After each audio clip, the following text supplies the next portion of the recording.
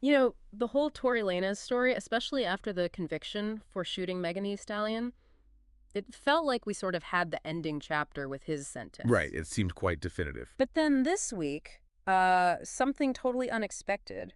Reports that Lanez was attacked pretty seriously, it sounds like, while he's in prison. Yeah, a major development. So today, we're going to dive into that. We're mainly looking at a CNN report covering the incident, but we also need to revisit why he's there in the first place. Absolutely, the context is crucial. What does this alleged attack inside prison really tell us about, the consequences and just the sheer complexity when a case is this high profile? Let's try and unpack it all.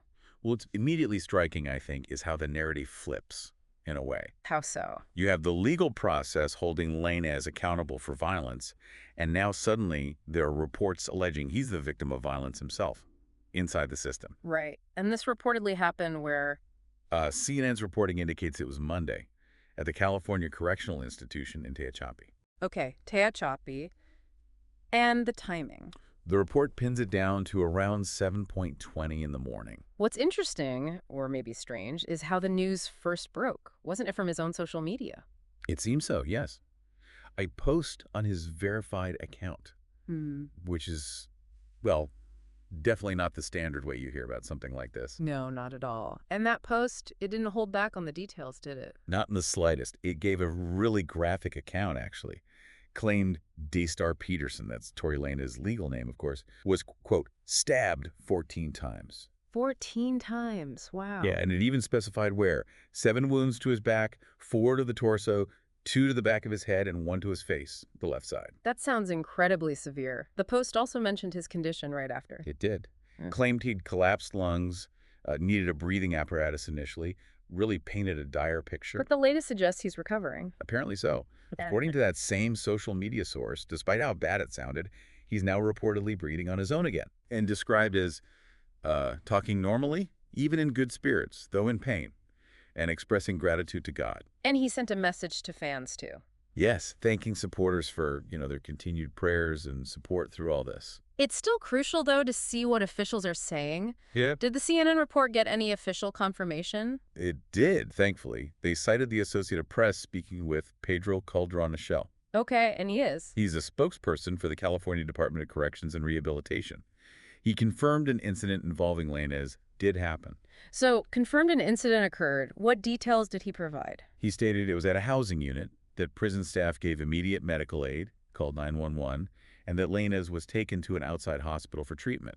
Pretty standard official language, but it confirms the core event. And naturally, there's an investigation, I assume. Oh, absolutely. You'd expect nothing less. What did the report say about that? Michelle, the spokesperson, indicated the prison's own investigative unit is looking into it. And significantly, the Kern County District Attorney's Office is also involved. So, 2 investigations running. Correct.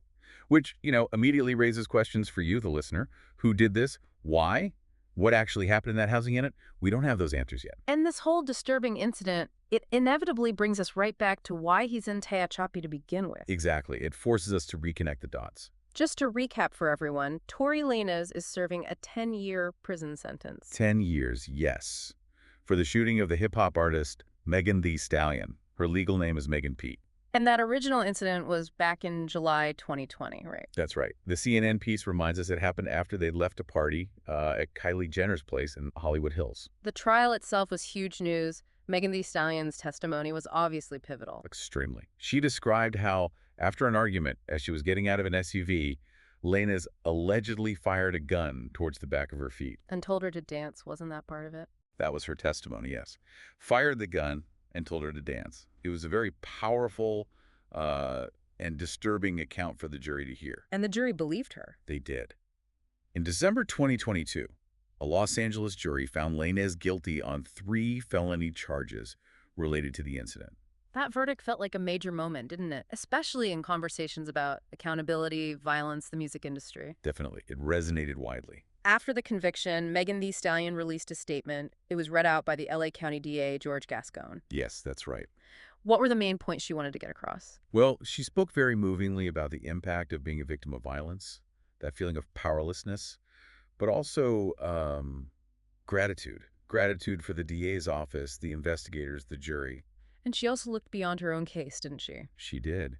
She specifically mentioned her concern for other victims, people who might not have the same platform or resources or support system she did. It really highlighted the broader implications. It's a powerful reminder of the human cost, the trauma involved in the original crime. Absolutely. And this new event, this alleged attack, just adds another complex, frankly tragic layer onto that ongoing impact. Of course, we also have to remember Lanez's position in all this. Yes. The CNN report is quite clear on this. Lanez has consistently maintained his innocence regarding the shooting charges. And his legal team fought the verdict. They did. They pursued an appeal. They filed a motion for a new trial back in May 2023. On what grounds? They argued that some evidence presented during the trial shouldn't have been admitted, that it was prejudicial. But that effort wasn't successful. No. Ultimately, the motion for a new trial was denied. That was about a year ago now. So fast forward a year, he's serving that sentence, and now this reported attack happens inside the prison. It's quite a jarring juxtaposition, isn't it? Convicted for a violent act and now reportedly the target of one himself. Exactly. This isn't just some random event. It's happening while he's incarcerated specifically for that act of violence against Megan Thee Stallion. It really underscores the potential dangers within the correctional system itself. Yeah, it raises serious questions about inmate safety, doesn't it? Even for someone convicted of a serious crime, like you said. It certainly does. And as the CNN report points out, the investigations by the prison and the DA are ongoing. So the full picture of what actually happened on Monday morning, it's still very much emerging. We don't know about suspects, motives, the precise circumstances. Not yet. That information hasn't been released. Okay, so let's just quickly summarize where we are. We have this breaking news. Tory Lanez reportedly stabbed multiple times in a California prison. With specific, quite gruesome details initially reported via his social media, claiming severe injuries, but also indicating he's now recovering. And we have official confirmation that an incident occurred and he was hospitalized, plus ongoing investigations. Right, and we've placed this against the backdrop of why he's in prison. That 10-year sentence for the 2020 shooting of Megan Thee Stallion, a crime he denies committing. So for you listening, connecting these pieces, it really adds another layer of, well, unexpected complexity to a story that was already incredibly charged and divisive. It absolutely does. It forces you to think about, the vulnerabilities people face even when they're within the justice system's walls, regardless of who they are or what they've done. It definitely gives you something to think about. Even in what we assume is a controlled environment, like a state prison, violence can still occur unexpectedly. Yeah. It makes you consider the ripple effects, doesn't it? The original crime's consequences just keep unfolding, affecting everyone involved in ways you just can't predict.